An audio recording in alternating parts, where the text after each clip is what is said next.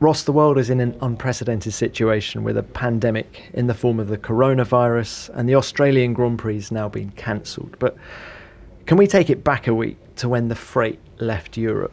Why was the decision taken then to race in Australia? Well, I think you have to go back even further because, sea freight's leaving for Australia 3 or 4 weeks before the race. But we were very keen to have the race. It's a very positive event here. It's a great start to the season. We wanted to kick-start the Formula 1 season.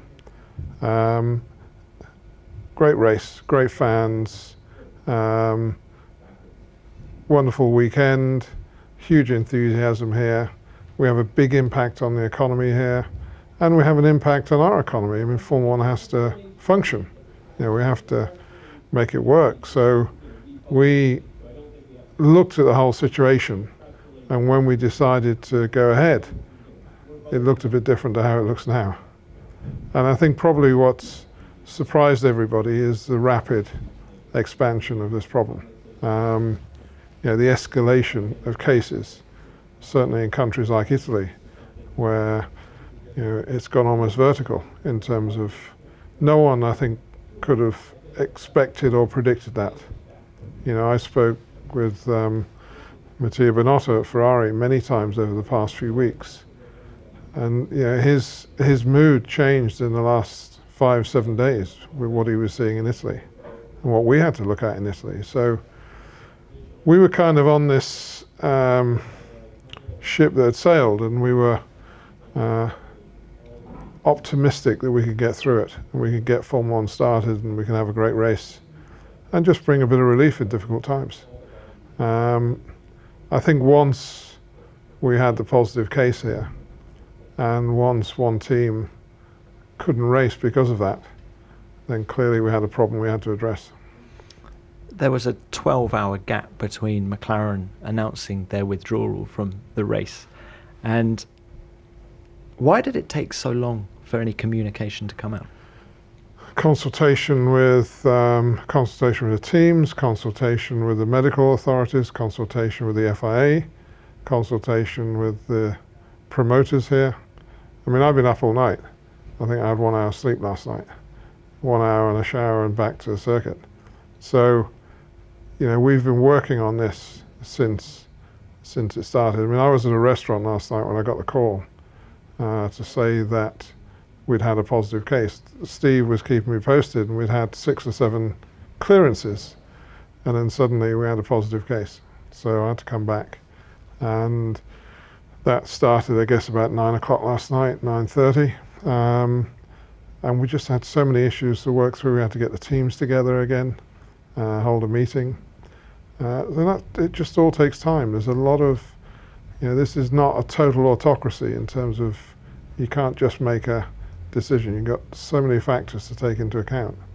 And I think we did a pretty good job of reaching the right conclusion with so many parties, so many stakeholders involved. We're talking to the FIA, which is in Europe, European time. We had to get a hold of Jean Todt. Chase, unfortunately, was in the air. He was flying between Vietnam and here. So it was a pretty stressful period, and I think considering we dealt with everything in 12 hours for something that important was good. How much could you prepare for every eventuality prior to arriving in Australia? We'd mapped out with the health authorities here what would happen if we had 1 case, 5 cases, 10 cases.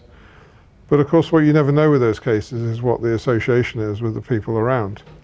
And having 1 case with 14 people having to go into isolation, that just effectively knocked that team out of operation.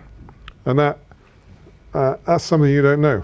If that 1 case could have been someone a different profile, different responsibility, it wouldn't have impacted the team that much. So there's certain things which you can spend forever just predicting, but you never know what's going to happen.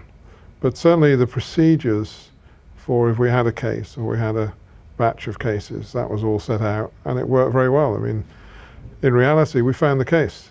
We found the person who was positive in the paddock, and I think that's a credit to the authorities here that they were identified, they were tested, the procedures worked, but then we had to make a decision. Have you ever experienced anything like this in your career before? I don't think anyone's experienced this in their lives. We've all been through I've been through financial crises, I've been through dramas, but the scale of this at the moment is massive, and we're taking stock of the situation now with what we've learned from this weekend, and we want to try and build the Formula One season back up, but we've got to be realistic about when that can start again, and that's what we're working on at the moment. I was going to say, what is the domino effect of this decision? Well, there's the economics for the teams. I mean, the teams survive on their funding from races. So this will have an impact on the team's budgets for the future. So it'll have an impact on our economics as a company. So, each race you lose, then it has an impact. So, but there's quite a strong resilience in Formula One. I mean, we're used to, fair degree cutting our cloth to suit, and I think there's a fair resilience in Formula One, and we've got plans to rebuild the season, trying to accommodate as many of the lost races, because I think people have to show some tolerance now in terms of how we build the season for the rest of the year, and I think the teams are in the right place to realise that's necessary.